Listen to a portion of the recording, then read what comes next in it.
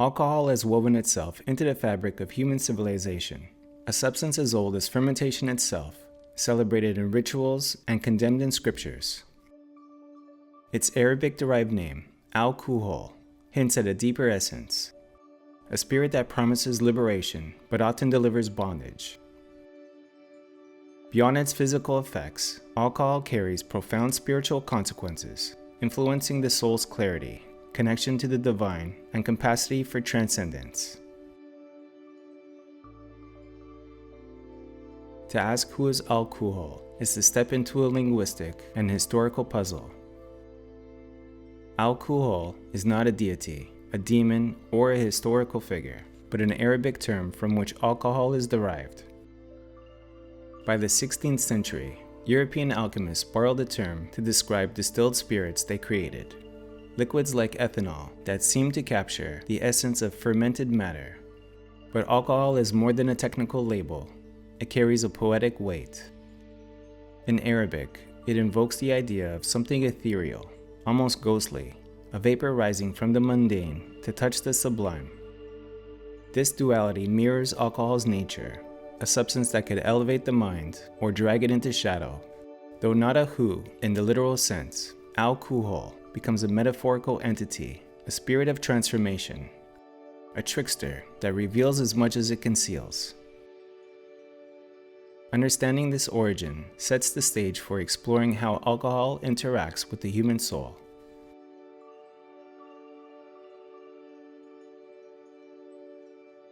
In Christianity, wine is both sacred and cautionary. It flows as the blood of Christ in the Eucharist, a symbol of divine grace and unity, yet the Bible warns against its misuse. Wine is a mocker, strong drink a brawler, and whoever is led astray by it is not wise. Excess drinking is depicted as a thief of virtue, clouding the spirit's ability to reflect God's light. Islam offers no such ambiguity. The Quran labels intoxicants as an abomination of Satan's handiwork, a tool that diverts believers from prayer and remembrance of Allah. Here, Al-Kuhul, once a neutral alchemical term, takes on a darker hue, a substance that veils the soul from its creator. The clarity of mind is essential for spiritual purity. Elsewhere, alcohol finds a more ambiguous role. In ancient Greek mythology, Dionysus, the god of wine, embodies both ecstasy and chaos. His followers revel in divine madness, but their excess often leads to destruction, a reminder that alcohol's spiritual gifts come with a price. Similarly, some indigenous traditions use fermented brews in shamanic rites, viewing them as portals to the spirit world. For the Huichol people of Mexico, peyote and alcohol-rich tesquino are sacred when used with reverence, yet profane when abused.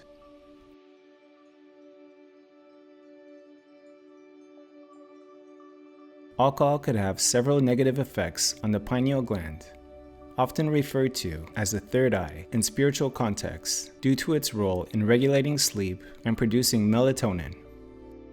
Excessive alcohol consumption can disrupt the gland's function by altering melatonin production, leading to sleep disturbances and circadian rhythm imbalances.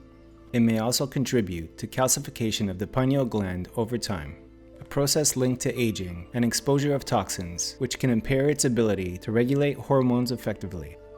Additionally, alcohol's neurotoxic effects might interfere with the gland's hypothesized role in mood and perception, though scientific evidence on this is limited. Moderation is key, as chronic use amplifies these risks. The good news is that the pineal gland is resilient. Reducing or eliminating alcohol allows melatonin production to stabilize, oxidative damage to lessen, and sleep cycles to normalize. Practices like sunlight exposure, a clean diet, and meditation may further support its recovery, aligning with both scientific and spiritual approaches to decalcifying or revitalizing the gland. For those on a spiritual path, this restoration could feel like reawakening the third eye, a return to clarity and connection. Excessive alcohol doesn't just tax the liver or cloud the mind, it subtly undermines the pineal gland, a linchpin of physical and spiritual harmony, by disturbing melatonin, fostering calcification and developing serotonin. It dims this tiny organ's light, with ripple effects on sleep, awareness, and perhaps the soul's higher faculties. Whether you see it as a biological cog or a mystical portal, the pineal gland thrives on balance. Too much alcohol tips that scale, leaving both the body and spirit to pay the price.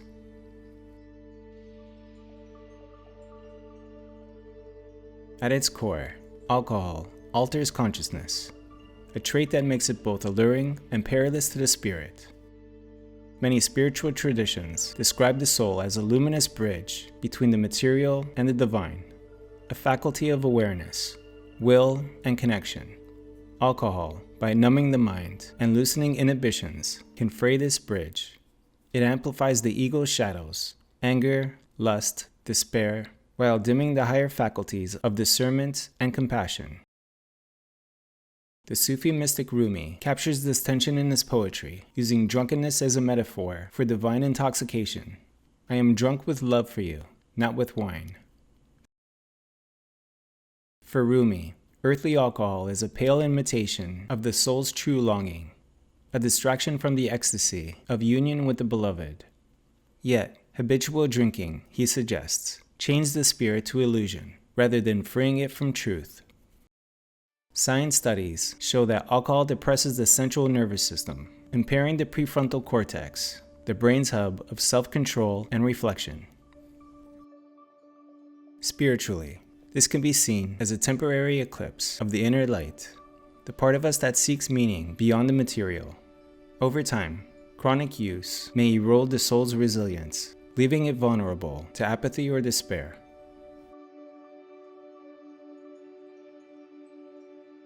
In esoteric traditions, alcohol's impact extends beyond the physical to the subtle body, the energetic field said to surround and sustain us. Practitioners of yoga and Taoism warn that excessive drinking scatters prana or ki, life force, disrupting the chakras or meridians that channel spiritual energy. The result is a weakened aura prone to leaks where negative influences, whether emotional or metaphorical, can take hold. Some occult teachings go even further, suggesting that intoxication opens the psyche to lower entities or thought forms.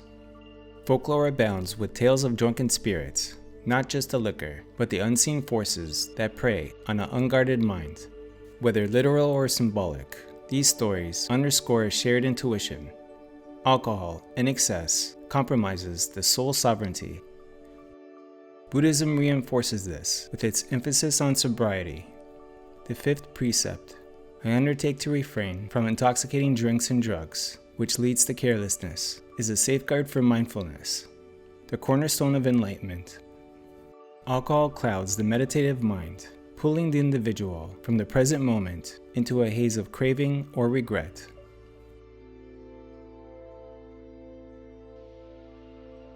Not every spiritual view demonizes alcohol. In moderation, it could be a balm for the soul, a source of joy, camaraderie, and ritual. A shared drink at a wedding, a sip of a ceremonial mead, or a toast to the departed can align with the sacred. The Jewish tradition of Kiddush sanctifies wine as a blessing over the Sabbath, while the Tao Te Ching hints at balance rather than abstinence. The sage avoids excess, avoids extravagance, avoids arrogance. When alcohol serves connection or celebration, it harmonizes with the spirit. When it becomes an escape or a compulsion, it siphons vitality from the soul. The Greeks understood this through Dionysus. His wine could inspire poetry or provoke ruin, depending on the drinker's discipline.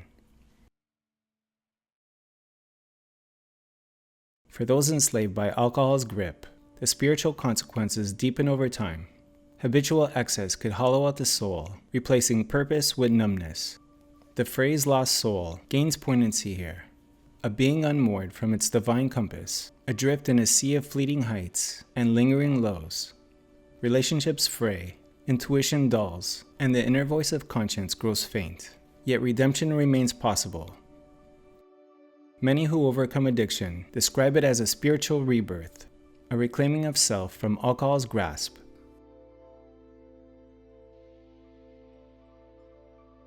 So, who is Al-Kuhul?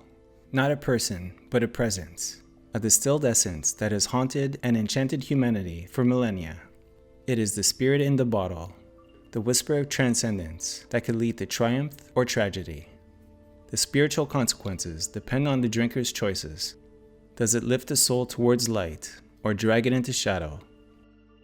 Alcohol, as in Al-Kuhul, is a mirror of our nature, our capacity for joy, our vulnerability to excess, and our eternal quest for meaning. Across traditions, the message resounds: the spirit thrives in clarity, not haze. To drink or abstain is a personal reckoning, but the stakes are eternal. In the end, Al-Kuhul, or alcohol, asks us not what we pour into the glass, but what we pour into our souls.